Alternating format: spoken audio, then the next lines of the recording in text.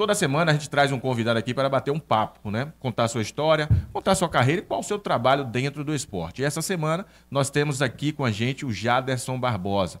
Ele que é da equipe do FSA Esporte Clube, não é isso? Isso, FSA, gestor gestor pedagógico da JSB Esportes, que é uma escolinha assim de top de linha aqui na nossa cidade, que tem vários atletas, várias crianças crescendo lá, e a gente vai saber um pouco hoje. Eu vou falar só um pouco aqui, porque não vai dar para falar tudo, porque o currículo é grande, né? Mas a gente vai destacar aqui algumas coisas importantes. O professor Jaderson é especialista em esporte escolar pela UNB, é especialista em treinamento esportivo pela Gama Filho, é head coach da JW7 Academy Brasil, líder do grupo de pesquisa Futicom UFS, tá fazendo um doutorado. O dia dele deve ter 72 horas, porque haja tempo para fazer esse tanto de coisa. E outra, se vocês quiserem ver o trabalho dele em prática, pode ir lá na JSB, que ele fica na beira do campo. Aí os pais mesmo falam, rapaz, eu não sei como é que Jaderson fica na beira do campo. E ele tem algo no currículo dele importante também, que ele vai falar que ele foi o meu treinador da sexta série até o terceiro ano. Então, assim, uma parte desse cabelo branco que ele tem, eu tenho certeza que fui eu que contribuí. Um dos, né? Pois é. Mas é sempre um prazer.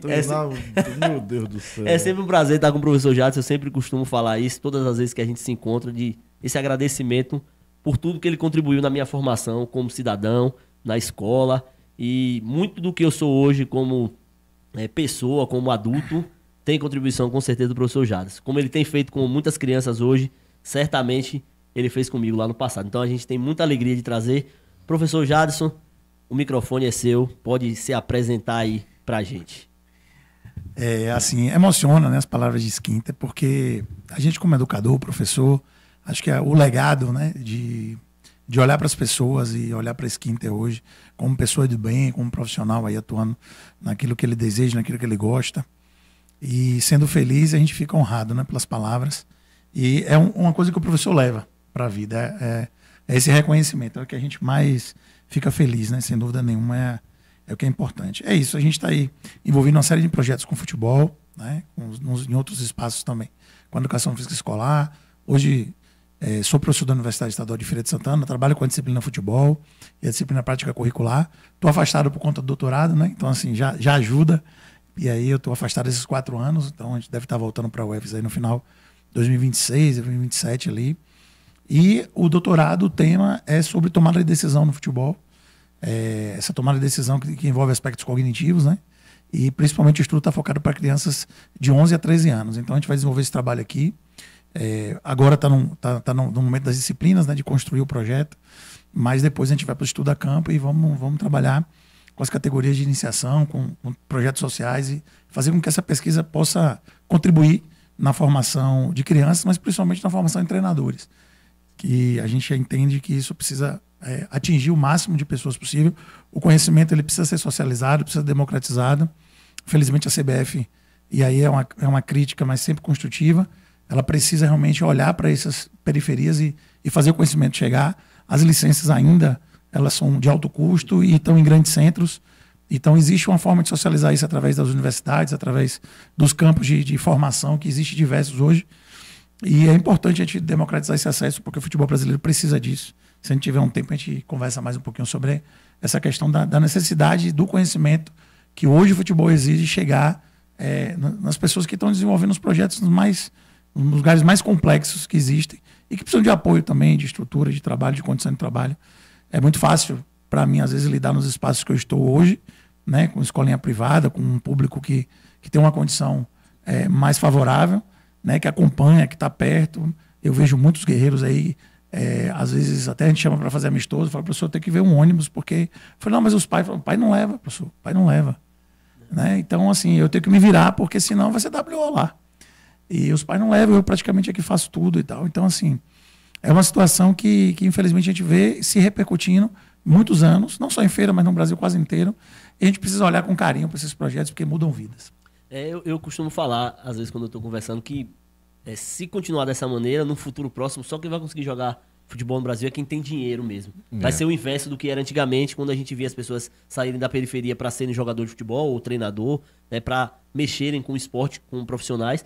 Porque cada vez está mais caro, cada vez está mais difícil, então vai elitizar a coisa. Nem todo mundo tem condição de de pagar uma escolinha, de ter material, de ter as condições necessárias para ingressar no esporte. Tá ficando cada vez mais difícil. Aí você chega em cada lugar, ou tem um condomínio onde o menino joga, ou tem um campo privado, uma escolinha, alguma coisa do tipo. Essa situação está repercutindo com certeza nos resultados da seleção brasileira, do futebol como um todo. Com certeza a gente percebe isso com muita clareza. Tem outras variáveis aí também, né? Só lembrar do aumento, né? da violência, sim, da questão da internet, do acesso em excesso aí da rede de computadores. Tem a questão da diminuição dos espaços livres. Você falou dos campos, os campos virando um condomínio, um prédio, menos espaços para se praticar esporte. Mas é multifatorial. Sim. Né? Mas existe também a possibilidade nesses espaços formais, né? Também qualificar o atleta, trazer um pouco dessa cultura do jogo de rua, os valores do jogo da cultura de rua ali para tomar a decisão, através de metodologias. De fato, existem outras estratégias, mas se o conhecimento não chegar, né? Porque assim, a rua ajudava a formar, né? E também deformava, porque também tinha um bullying, tinha outras questões que aconteciam que ninguém conta essa parte da história. Mas o processo criativo, né, do 1 contra 1, da tomada de decisão, do se virar, do ter que fugir do buraco, né, de se chutar ali vai arrancar o dedo do pé, isso também contribui muito no processo. E tem a ver com as questões cognitivas, de que você consegue replicar isso com boa estratégia metodológica, de conceito. Imagine isso, né, nos espaços, escolinhas gratuitas, públicas, e professores desenvolvendo essas atividades. Aí o Brasil vira um NBA do basquete americano. Aí. Toma conta, né? Toma conta. Obviamente que o futebol ele é mais complexo, né? Imprevisível, sim. É mais difícil dizer que vai dominar hoje o futebol, mas melhora muito o processo. Com certeza. Jefferson Matos tem um costume, um hábito, né, de iniciar a entrevista fazendo uma pergunta. Eu vou passar a bola para ele. Jefferson Matos. Pergunta, boa noite, Jaderson. Uma satisfação ter você aqui no nosso programa. Mas pergunta, como foi que você iniciou nesse projeto do esporte, né? Lá atrás, eu sei que tudo tem um início. Você contar um pouco dessa trajetória até o dia de hoje.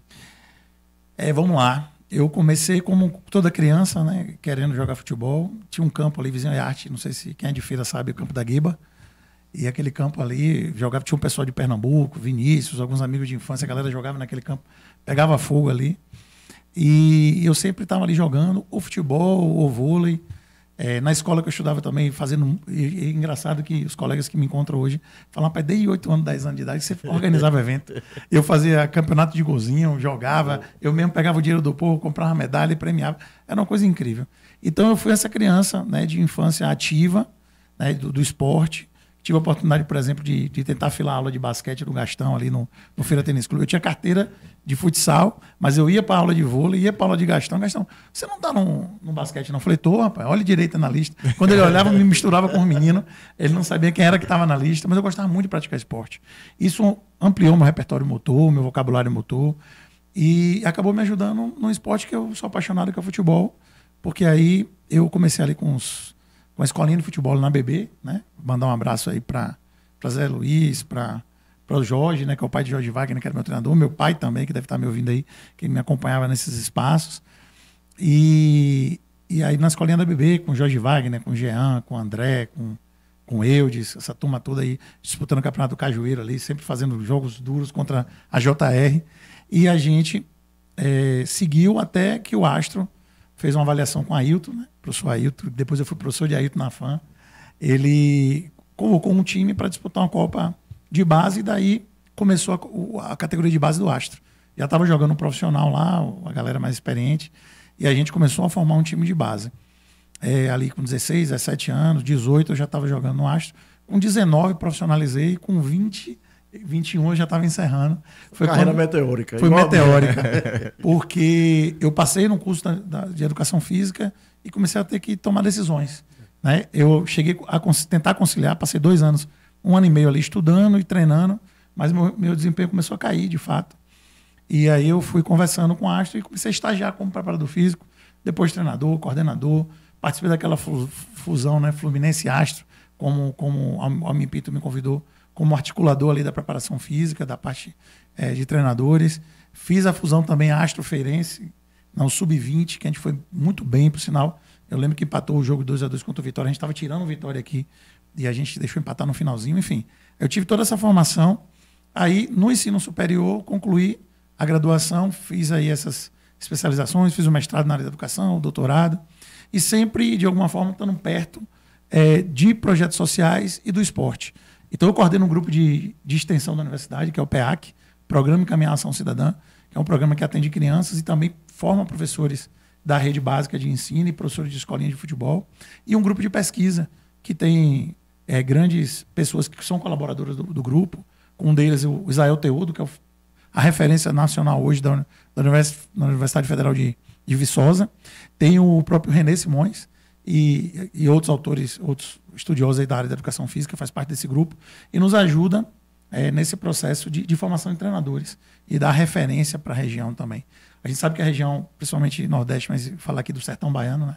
Falar de Feira de Santana, acaba que fica muito distante do grande centro, onde as coisas realmente acontecem, e a gente acaba fazendo essa ponte, né? Eu costumo dizer que os projetos que eu estou envolvido são pontes e não muros. É para facilitar o acesso, seja das crianças, seja dos treinadores, aos grandes centros. Então a gente tem muito resultado aí em relação a isso, de atletas que estão nos grandes centros e de treinadores também, que saíram do projeto FSA, que saíram das escolinhas, depois para o projeto FSA e hoje estão em grandes clubes. Acabei de receber mensagem aqui de um deles, Fernando, que está no Cruzeiro, né, que saiu daqui do projeto FSA, que agora é referência aí a nível nacional, como ser humano, como pessoa, e da intensidade que Fernando entrega no trabalho dele. Então, muito respeito ao Fernando, um grande abraço a ele. Jaderson, com relação a novos talentos, né? A gente se surpreende às vezes com alguns jogadores que surgem por aí, tal. Sim. Aí uma coisa que me preocupa também é com relação a resultados. Apesar de surgirem muitos talentos no Brasil, né, os resultados não têm sido satisfatórios. A nível de seleção brasileira, por exemplo, né, a seleção brasileira tem tido dificuldade em montar uma equipe forte a ponto de voltar a ser campeã mundial. Mas como é que você olha essa questão aí? Surgem atletas, mas o perfil em si tem colaborado para que o futebol brasileiro continue no topo, como sempre? É uma pergunta objetiva, mas acaba sendo um complexo porque a gente tem que ver um pouquinho do processo, né? Das mudanças que estão acontecendo dentro do futebol. Uma grande mudança, sem dúvida, foi a revolução da internet. O conhecimento ele socializou muito. Então, a forma de você, por exemplo, hoje tem mais de 50 funções dentro do futebol. E uma delas é o analista, né, de desempenho. Sim. Então, quando você começa a ter muito conhecimento, as pessoas também começam a entender como é que funciona o jogo. Então, uma das coisas que os europeus fizeram muito foi estudar o jogo, entender a lógica do jogo. Desculpa te interromper, a gente já viu agora o Marrocos aí também dando trabalho a grandes seleções. Né? E quando eu falo, né, da Europa, eu falo do mundo, mas assim, década de 70, os livros que os brasileiros estão lendo hoje, de 2000 para cá, são livros da década de 70. 80. E aí quem é de grupo de pesquisa, de estudo de futebol, vai vendo as referências, vai vendo que o que a gente está aberto hoje ao conhecimento eram coisas que já foi sistematizada antes. E o Brasil teve muito resultado ao longo da sua história por esse processo criativo, pela também dimensão também do país, a quantidade e possibilidade de captar. Só que aí todo mundo foi entendendo esse modelo de jogo, estudando. E não foi eu que estou falando, a gente vai ver o Guardiola e outras pessoas falando que usou o Brasil como referência para entender o que estava acontecendo. Porque, assim, se eu não tenho talento individual, eu preciso entender o jogo. Eu preciso tentar superar de outra forma. Na parte física, no entendimento de jogo, no posicionamento. Já que eu não tenho talento, no 1 contra 1, a criatividade, eu preciso de alguma forma criar outras estratégias. Então, o que eu acho que aconteceu, que o Brasil começou a encontrar dificuldade, foi aí. Globalizou o conhecimento. O Brasil não acompanhou isso na mesma velocidade, sempre deitando no sopeta campeão, e a gente não tem projeto. No 7-1, eu escrevi um texto que falava sobre os 7 erros do Brasil, o jogo dos 7 erros. E eu não falo de futebol. Eu não falo do jogo. Eu falo da falta de planejamento. Porque assim, como é que a gente quer ganhar toda a Copa do Mundo? Não dá para ganhar toda a Copa do Mundo. Você precisa fazer um planejamento para chegar bem, pelo menos 3 Copas. A Alemanha fez isso, né? A Alemanha fez, mas está passando dificuldade agora também. Mas eu digo assim, ó, se você faz um planejamento desse, aí você diminui o erro, diminui a chance dos fatores imprevisíveis do futebol, que é um jogo caótico, das coisas acontecerem. Você diminui um pouco. E principalmente acontecer da mesma maneira em várias Copas. Por exemplo, o erro ser aquele, um detalhe, isso, um gol que faltava 3 minutos, uma falta que não fez. Por exemplo, coisa simples. Vamos falar uma coisa básica aqui para todo mundo entender. O Tite assumiu a seleção para fazer uma transição. O Tite não fez transição. Não fez transição, isso não aconteceu. E foi o discurso. Vamos botar os jovens e tal. Mas na primeira partida, Tite já estava com medo de perder o emprego. A pressão é grande. Aí ele começou. Copa América, botou os cobrões. E tal. Aí depois, quando chega na reta final, por exemplo, o Brasil já praticamente classificado nas eliminatórias, faltavam 6 jogos, 5 jogos, eu não sei. O Brasil já estava, até para acabar em quarto, ele já era para ter convocado e jogado apenas os mais novos. Porque isso aconteceu com o Bernard, com o Filipão. Na entrevista com o Índio Ferreira aqui no nosso programa, foi uma das coisas que ele comentou que desanimou ele um pouco na questão de ser líder de uma equipe, ser um treinador de futebol. Os bastidores é muito complicado para quem gere uma equipe. Você acredita que a seleção também aconteceu isso, no caso do Tite? O pitaco, né? Alguém dá opinião, não. Né? Ó, eu vou falar uma coisa para vocês. O bastidor, de fato, ninguém vai saber nunca. Só quem tá lá. Né? Por exemplo, fala que o Brasil vendeu para a França aquele jogo. Que eu acho que não. Mas, assim, a altura dessa já teria alguém dito alguma coisa. Para mim, o Brasil teve aquele problema de Ronaldo, teve aqueles problemas todos lá de escolha, e a França estava em casa. E o Brasil cochilou, tomou 3-0. Isso eu não posso, né, ficar falando de bastidor. Mas o que a gente pode falar é o que a gente vê, né? O que a gente tem visto, na verdade, é a falta de planejamento, a corrupção, né? A desorganização do processo de formação de base, as competições, às vezes, que são articuladas de base, e a centralidade também dessas competições só acontecer em alguns eixos. Né? Por exemplo, os clubes aqui de Bahia e Vitória e os clubes aqui da nossa cidade praticamente não jogam. A gente também tem uma saída muito grande para o eixo Rio-São Paulo, ali, muito, muito cedo, e os clubes aqui não têm estrutura para competir financeiramente. E aí tudo isso eu estou te falando aqui porque você acaba tendo um país do futebol sendo uma região. Aí você vai pensando nisso tudo, nessa dimensão que o Brasil tem, explora pouco, dá poucas possibilidades, os calendários de competição são complexos, os times não conseguem jogar em alta, né? Todo mundo sempre num grande nível, e assim vai. Então eu considero que o futebol, o brasileiro, assim, só para amarrar, tem um baita potencial a ser explorado ainda, muita coisa boa para acontecer, mas a gente precisa se organizar, né? De fato, fortalecer. Sem dúvida. Vamos rapidinho, antes de você pergunta, vamos dar uma força para a galera do chat aí, né? Que tem muita gente no chat. E depois você segue com uma pergunta aí para o nosso querido Jaderson Barbosa, que é o nosso convidado de hoje, galera do Foco no Esporte. Vamos ao chat aqui com o Paulo Esquita. A gente tem aqui TV Cabeça, manda um abraço para Jaderson. Esse entende muito de esporte educacional, esporte como lazer e esporte de alto rendimento. DTV na mídia, dá boa noite a gente. O Daniel Brito manda saudação a Jaderson. O Daniel, que é pai de um aluno lá, meu sobrinho querido, Cauê Brito, né? Tá mandando um abraço aqui também. O Robson Guerreiro tá fazendo presença aqui, foi nosso entrevistado na semana passada. Dá boa noite a todos. A gente tem aqui o Anderson Nogueira, boa noite, equipe. O Edivaldo Teles de Menezes, o Alicate, sempre presente aqui com a gente. Dá boa noite também a todo mundo. Manda um abraço pra gente aqui. A Érica Barbosa, boa noite, equipe Foco no Esporte. Semana passada, Paulo, falando dos estaduais, disse que o Flamengo ainda estava com um time estável e apostou as fichas no Fluminense. De fato, tá, Érica Barbosa... Deu zebra. Érica, deu zebra. Eu vou me retratar no horário devido e eu já sei quem foi que mandou esse recado aqui. Eu vou mencionar o nome dele, que ele foi inteligente dessa vez. Ele veio com um pseudônimo. O Miro Nascimento tá aqui com a gente e ele também mandou uma pergunta. Eu vou fazer já essa pergunta, mas eu queria aproveitar aqui esse espaço para dar oportunidade ao Jaderson para falar justamente sobre o FSA, sobre esse projeto, sobre essa forma que a gente está vendo surgir aqui em Feira de Santana como revelador de talentos, como essa questão que você trouxe para a gente, a necessidade de ter um projeto, de ter estrutura. Eu vejo muito isso no FSA como um projeto, como uma coisa que está estruturada, tem tudo para ir adiante. Então eu queria que você falasse um pouco sobre essa experiência que você está tendo aqui com a construção, né, com o crescimento do FSA. O FSA surgiu em 2015, né? 2014 para 2015. Todos os integrantes do FSA, Dr. Arley, né, que é médico aqui na cidade, Dr. Adson, da Intor, Jorge Wagner, né, que surgiu aí como padrinho do projeto, abrindo muitas portas, fazendo um intercâmbio com todo o conhecimento que ele tem também, toda a humildade, um cara que contribui muito com o processo. Eudes, né? Marcelo Tel, que começou com a gente, não está hoje, mas ele começou lá o projeto lá atrás com a gente. Reuniu um grupo de amigos, cada um dando um valor por mês, né? Todo mundo igual. E a nossa ideia era pagar profissionais para treinar crianças. Projeto que eu gostaria muito de ter desenvolvido no Fluminense de Feira, fui coordenador de base lá por 2 vezes, por 2 passagens, mas infelizmente a gente não conseguiu materializar por uma série de fatores. Tive a oportunidade também de dialogar na época com o Jaldito, na época que eu trabalhava no Bahia de Feira, e entendia que todos os dois clubes estavam em momentos diferentes e projetos diferentes, e a gente não conseguiu estar inserido nesse contexto. Aí, fruto disso, veio a ideia em 2015 de a gente criar esse projeto. E a ideia, naquele momento, não era clube. A ideia, naquele momento, era potencializar a formação de treinadores. A gente entendia o seguinte, é por isso que eu sempre bato essa questão dos treinadores. A única forma de potencializar a formação é ter treinadores com competência e éticos. Às vezes tem treinadores competentes, mas eles são antiéticos, né? Fazem ponte, atravessam, enfim.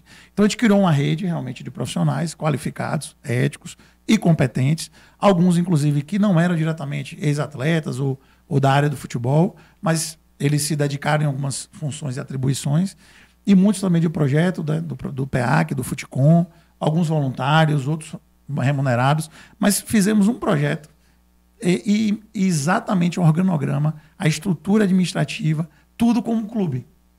Então tudo funcionava 100% como clube. É o que foi que aconteceu. No primeiro ano, como ex-atleta do Astro, eu chamei Fernanda, falei, Fernanda, vamos jogar o Baiano, já que o Astro não vai jogar.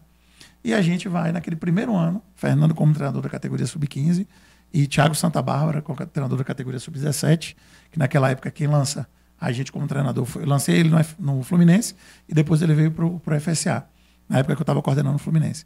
E aí a gente lança ele lá nesse projeto, né?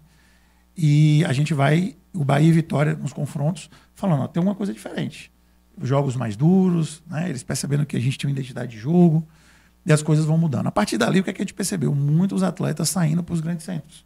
Muita gente indo para avaliação e, o mais importante, ficando, performando, competindo nesses grandes centros. Porque alguns ficam, depois são dispensados. Aí veio 2015, 2016, Jorge Wagner estava no Vitória. Foi aí que depois, quando ele saiu do Vitória, que encerrou a carreira aqui no Fluminense, que ele falou, olha, eu vou ser intermediário CBF e a partir de agora eu vou tomar conta dos atletas que saíram do projeto. É aí que é um desligamento, né? Ele não fica diretamente no projeto, mas ele começa a intermediar atletas e cuidar dessa carreira dos atletas. Só que começa a sair tanto atleta, mas tanto atleta que Wagner não consegue mais dar conta. E aí Wagner começa a montar outros tipos de parceria. Foi aí que em 2018, 2019, a gente começa a conversar sobre a possibilidade de virar clube. Porque também a lei estava muito dura, né? Juridicamente falando, e é até bom falar aqui, todo mundo abaixo de 16 anos, sem contrato profissional, ninguém pode assinar nada. É ilegal. Então, se algum empresário pedir para assinar... Então, assim, juridicamente, a gente começou a perceber, bom, se a gente quiser algum tipo de retorno ou contribuir ainda mais com a formação dessas crianças, que é outro problema que acontece, que essa lei ela é boa para evitar a exploração, mas ela prejudica a criança que não tem condição. Verdade. Porque é que não tem condição, quem é que vai ajudar? Se não tem nenhum aparato jurídico. E o investimento é alto. Por exemplo, a gente está com um atleta de 8 anos aprovado no Flamengo. A gente está com um atleta de 12 anos aprovado no Flamengo. Esse de 8 anos são 6 anos de investimento. Se você colocar R$1.000 por mês, que não é nada para morar no Rio ali, para conseguir se sustentar, você tem quase R$80 mil sendo investido até com 14. E quando ele completa 14, outra pessoa vai e pega. Então veja como é complexo. Aí o que acontece? Tem muita criança, eu estou falando porque eu estou vendo, que não está conseguindo performar, que não consegue entrar no grande centro por causa dessa questão. Mas aí o outro debate é o debate sobre essa questão da formação, sobre a Lei Pelé, sobre revisitar a lei, não para regredir, mas sim para entender o contexto do futebol atual. Sim. Não adianta você querer proteger e desproteger um monte de criança que está precisando desse tipo de recurso, não pode ter. E até quem faz o trabalho, no caso de vocês. As escolinhas, os projetos, que ficam também desguarnecidos. Porque, por exemplo, é coisa rápida. Se com 14 anos para baixo o clube não pode trabalhar, é ilegal, viu? Só para dizer a vocês, a maioria dos clubes que trabalham na iniciação com menino de 10 anos, 11 anos, a lei não protege. Aí eles criam talentos de aço, guerreirinhos, que é do Fluminense, mas não dizem que é a base do clube, porque legalmente não pode trabalhar. Sim, e quem trabalha abaixo de 14? Esse menino chega com 14 anos, pronto. Aí tem muitas escolinhas fazendo um projeto legal. Por que não a CBF, por exemplo, cadastrar, reconhecer e trazer também a regulamentação para ele ter um retorno, e ter 5% do que ganhar 10 bolas, 5 coletes, coletes, como é que eles vão se manter? Não tem como. Mas, enfim. Então, a gente, voltando para o FSA, a gente começou a performar, fizemos visitas, intercâmbios em muitas instituições pelo Brasil. Talvez Feira de Santana não saiba, mas, assim, o FSA, nos grandes clubes do futebol brasileiro, ele é muito reconhecido pelos profissionais e pelos atletas, né? Pela identidade do processo de formação. E a ideia da gente era, nós vamos replicar aqui o que os grandes clubes querem dos atletas. Então, a metodologia de treino, a identidade do processo, a gente começou a replicar. Lógico, obviamente, com as limitações de um projeto. E em 2022, a gente consegue fazer a transição para o clube. Estamos hoje filiados à Federação Baiana, filiados aí à Confederação Brasileira de Futebol, aptos a disputar desde o ano passado, na verdade, a gente já recebeu o convite para disputar o Campeonato Baiano, para disputar a segunda divisão, mas o foco da gente é 100% na base. Não temos interesse neste momento, né, de disputar competições profissionais, até porque a gente sabe que dividir a atenção, a gente pode perder força naquilo que a gente tem como DNA de formação. E se vier a disputar uma categoria profissional, seria com atletas da base, seria com atletas do Sub-20, Sub-17, porque o objetivo hoje é bem claro para as pessoas que inclusive estão envolvidas, né? Já fizemos a transição aí para a SAF, já tem muita coisa, na verdade, montada, estruturada, só que a gente vai lançar isso no momento certo, na hora certa, quando a gente tiver as condições objetivas para fazer algo sustentável. Sim. Então a gente já está com a rede de captação e de patrocinadores importantes. Temos um departamento jurídico, departamento de marketing, todas as questões que envolvem também o departamento técnico, toda essa logística, inclusive, de convênios com instituições fora do Brasil, clubes da segunda divisão de grandes países aí da Europa, no mercado asiático, que é inclusive para poder aproveitar essas crianças e adolescentes que não são aproveitadas aqui no Brasil, dessa categoria de 17, 18, 19, 20 anos, que também quando chega nessa idade acaba caindo num limbo, né, no escuro, sim, num buraco negro, na verdade, e tem mercado no futebol estrangeiro, né? A gente tem agora lá fora o Jonathan, né, que é do El Ahly, do Emirados Árabes, foi a primeira saída internacional do FSA. Já é profissional o Jonathan. Já é profissional hoje. Ele saiu daqui e foi pro Fluminense, né? Fluminense do Rio, e o Fluminense do Rio negociou ele para o El Ahly, do Emirados Árabes. Temos o Wesley, que joga na segunda divisão de Portugal, né? E temos atletas aí em vários clubes do Brasil, né? Jogando aí em grandes centros. Bahia e Vitória, só para vocês terem ideia, deve ter uns 20. Agora já, se eu interrompendo rapidinho. O professor conversa demais, tá? O custo de uma base, a gente sabe que é alto. Hoje o projeto FSA já se paga, já tem um retorno que vocês esperam? Pronto, então assim, qual foi a necessidade de virar o clube? Para a gente ter direitos econômicos, o mecanismo de solidariedade, tudo que legalmente um clube tem direito, só com o CNPJ Clube. Então, tudo que a gente fez como um projeto, com algumas parcerias com alguns clubes, a gente conseguiu ter algum retorno. Tá? Mas para ter um retorno e ser olhado e respeitado enquanto instituição, só sendo clube.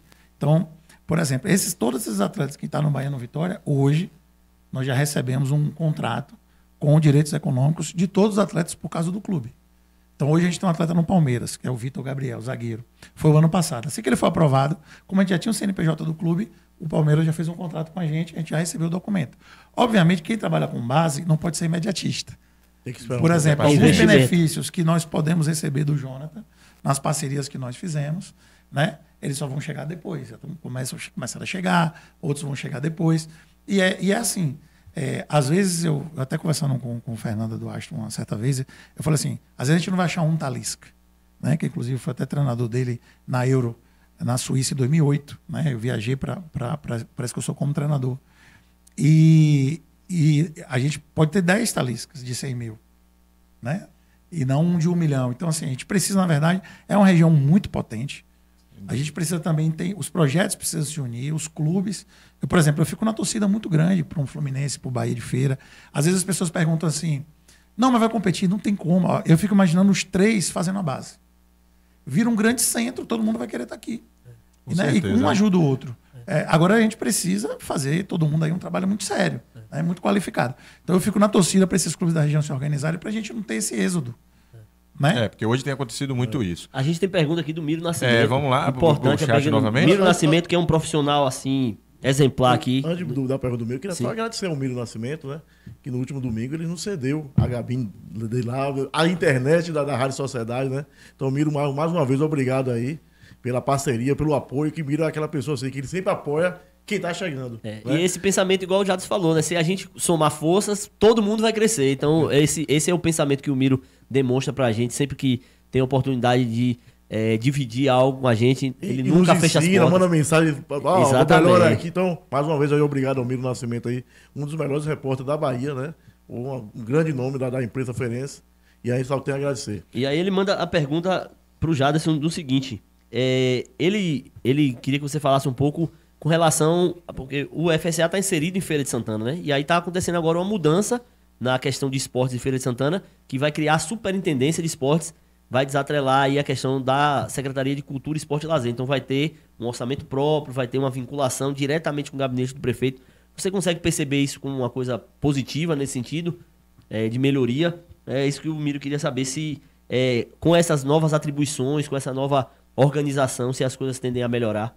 Meu respeito e minha gratidão aí por Miro Nascimento, né? Um cara que tem ajudado muito o projeto, tem colaborado muito para o esporte de Feira de Santana e parabéns a ele. Assim como o Sidney também, um grande amigo. Mandou mensagem aqui, eu ia até falar com o Sidney Campos, também mandou mensagem para o Jaderson. Ele é muito especial e, inclusive, na época do projeto, disputando o Campeonato Baiano pelo Astro, ele que foi o voluntário aí, fez a cobertura toda da imprensa, esse trabalho que ele está fazendo bacana pelo Fluminense, obviamente com outro tipo de ação. Ó, todo questionamento que era feito em relação ao esporte de Feira de Santana, de dividir receita e atenção com as festas, com a cultura, isso foi muito forte ao longo desses anos. Há uma reclamação, inclusive de todos os diretores. Eu tive a oportunidade de conversar com todos os diretores, de estar próximo com todos. O Almir, teve o que é até colega de imprensa também, qual é o nome dele? Edson. Que está na Band News. Edson. Pondé. Não, que foi diretor também do município um ano. Wilson Passos. Sim. Foi o Wilson que fez a transição ali, sim, coitado, deve ter sofrido pra caramba, né? Aí veio o Wilson Passos e veio como diretor agora Emerson. Sim. Né? E muita gente não querendo assumir esse cargo. Porque assim, como é que você tem um cargo, né? E não tem uma dotação orçamentária, não tem recurso? É só, às vezes, para apagar incêndio. É só para dizer não e fica uma figura queimada. Porque você não tem uma condição de fazer com força um trabalho se você não tem recurso. E o Emerson sofre crítica, viu? Muito. Rapaz, o pessoal bate muito, demais, muito, muito. E assim, então um cargo de muita responsabilidade e você precisa do recurso. Então o que eu enxergo nessa possibilidade? E aí o prefeito dá uma sinalização positiva. É de que, olha, a gente vai ter um recurso, vai ter um planejamento para o esporte. Então, para mim, pode ser o divisor de águas do esporte. Porque, por exemplo, se você tiver um projeto com esporte, você também, alguém da luta, e comprovar isso, e ter esse recurso para poder realizar suas ações, o que tem de gente fazendo coisa boa e que anda por aí, sabe? Né? E que precisa dessa estrutura. Agora, tem também o contrário. Muita gente que fica na posição de pedra, não se organiza, não organiza seus projetos, não tem CNPJ, não presta conta, não profissionaliza, e aí fica na posição de vítima, dizendo que está tudo ruim e aí reclamando de tudo. Então, também a superintendência não vai conseguir ajudar esses projetos. Não tem como. Porque legalmente precisa. Você escolher um caminho e não saber como passar por ele, né? Mas eu enxergo como uma boa possibilidade, acho boa a iniciativa do prefeito, acho boa a iniciativa da cidade de Feira de Santana e torcendo para que dê certo. Só tomar pimenta aqui. Se o prefeito lhe convidar, você aceitaria o cargo? Infelizmente, não. Agora, eu já me coloquei à disposição para Emerson, tenho ajudado sempre que eu posso, com o professor Almir também a mesma coisa. Tecnicamente, a construção de projetos, inclusive pode ser feito um convênio com a universidade, com o próprio grupo, e eu, como servidor público, estou disponível para fazer gratuitamente. Agora, as coisas precisam, de fato, acontecerem e serem levadas a sério. Então, assim, não só eu, tem outras pessoas. Nós fomos na Sudesb recentemente e a conversa foi a seguinte, lá bem simples, com o Vicente, eu acho até que saiu.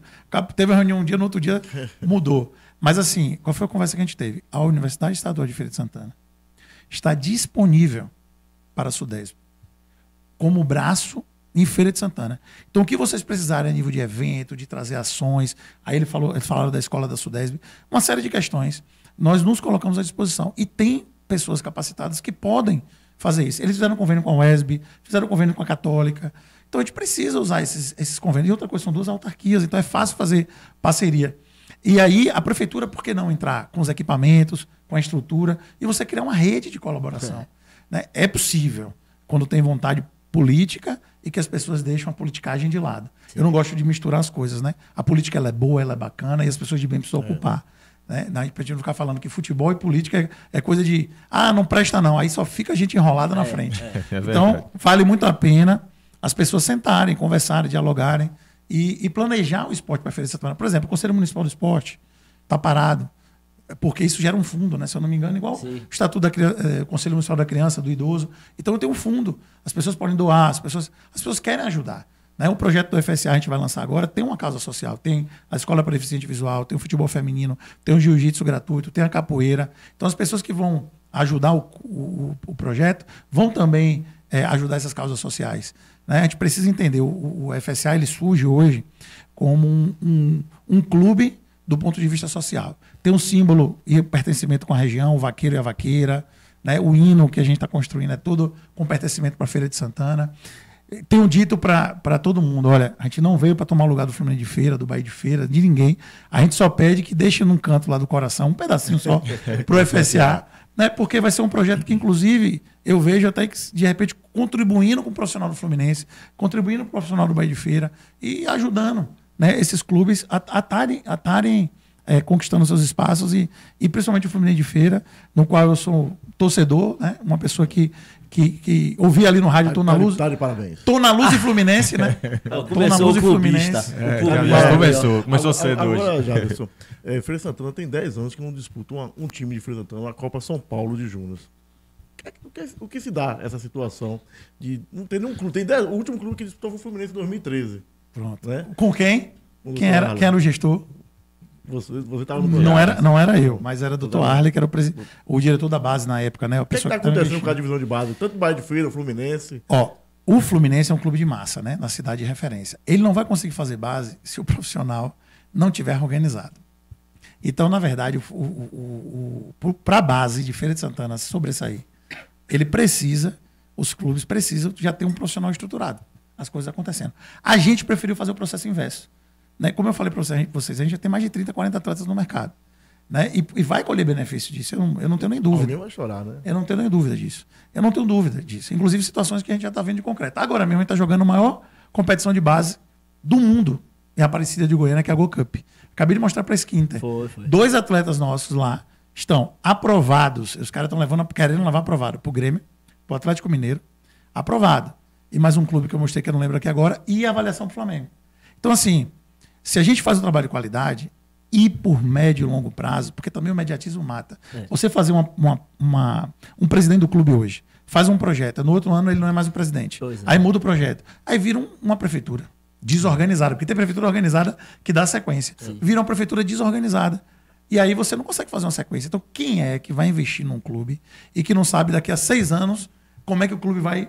Ninguém vai querer investir num clube nesse formato. É verdade. E aí, Jefferson... Agora, nosso programa tá curto o tempo aqui. Eu preciso tem coisa acelerar o processo, viu? Porque tem um futebol mineiro, que a gente vai trazer notícias também. Libertadores da América, muitos clubes aí iniciaram a competição meio que capengando, e a gente vai bater esse papo. Para finalizar, Paulo, com o Jaderson, vamos lá? Primeiro também a gente tem que agradecer, obviamente, essa oportunidade que a gente está tendo aqui de ouvir, bater esse papo, com né? certeza. Sem dúvida, muito enriquecedor. Essa questão que o Jefferson trouxe aí da Copa São Paulo, inclusive o Bahia de Feira que está indo bem aí, inclusive com o Jeffer que, né, trabalhou. Sub-20. Pois é. Jeffer. Jeffer foi... A gente já consegue perceber os frutos do FSA nesse sentido. O Fernando, que a gente já entrevistou aqui, foi do Bahia, do Atlético Mineiro, agora está no Cruzeiro. Então, a gente percebe como essa coisa sendo feita de maneira organizada contribui. Né? Então, a gente, como amante do esporte, também precisa agradecer a esse trabalho, ao professor Jaderson, ao Arlen, ao Jorge Wagner, que está envolvido. E também dizer que a gente está aqui à disposição de vocês sempre que precisar. Qualquer competição como essa que está acontecendo agora, aí a Go Cup, tem aí a Iberleague, que sempre acontece. Eu tô sempre acompanhando porque o Cauê tá sempre jogando, então eu tô sempre olhando ali porque no futuro eu já guardei umas 3 ou 4 fotos, eu já guardei com ele falando, vamos tirar foto comigo aqui, porque quando for lá na frente, se você não quiser tirar foto, ninguém vai dizer que eu sou mentiroso, que você já tem registrado, né? Pois é. Então, agradecer o professor Jaderson essa oportunidade e também dar agora esse momento para o senhor falar sobre o que quiser aí com relação à JSB, à FSA. O microfone é seu, a divulgar todo esse trabalho que está sendo bem feito. O momento é esse. Eu não vou fazer isso com vocês, que eu sei que o tempo está curto. Está corrido. Eu vou só agradecer, parabenizar pelo programa, muito feliz da oportunidade que vocês deram. O projeto que a gente tem com a escolinha de futebol, que é a JW7 Academy, a gente já está atingindo 1.000 alunos em Palmas, no Tocantins, Jacobina, Salvador, 4 unidades em Feira de Santana. É uma licença que tem a metodologia do futebol raiz, que a gente tem todo um processo e estamos abrindo as unidades aí usando, obviamente, no bom sentido, é o nome de Jorge Wagner. Essa parceria com o FSA existe na JW7 Academy, sendo a escolinha do FSA nesse primeiro momento. Temos a FSA Academy, que é a escolinha gratuita, que a gente vai estar implementando também em várias cidades e municípios, que vai funcionar como rede de captação. Então a gente tem um projeto audacioso, organizado e com o pé no chão. Os próximos 10 anos já temos, inclusive, uma área separada para o CT. São 3 campos oficiais, uma estrutura que vocês vão ver no lançamento muito legal. E a gente vai divulgar mais no Foco no Esporte em breve. Vamos, com certeza.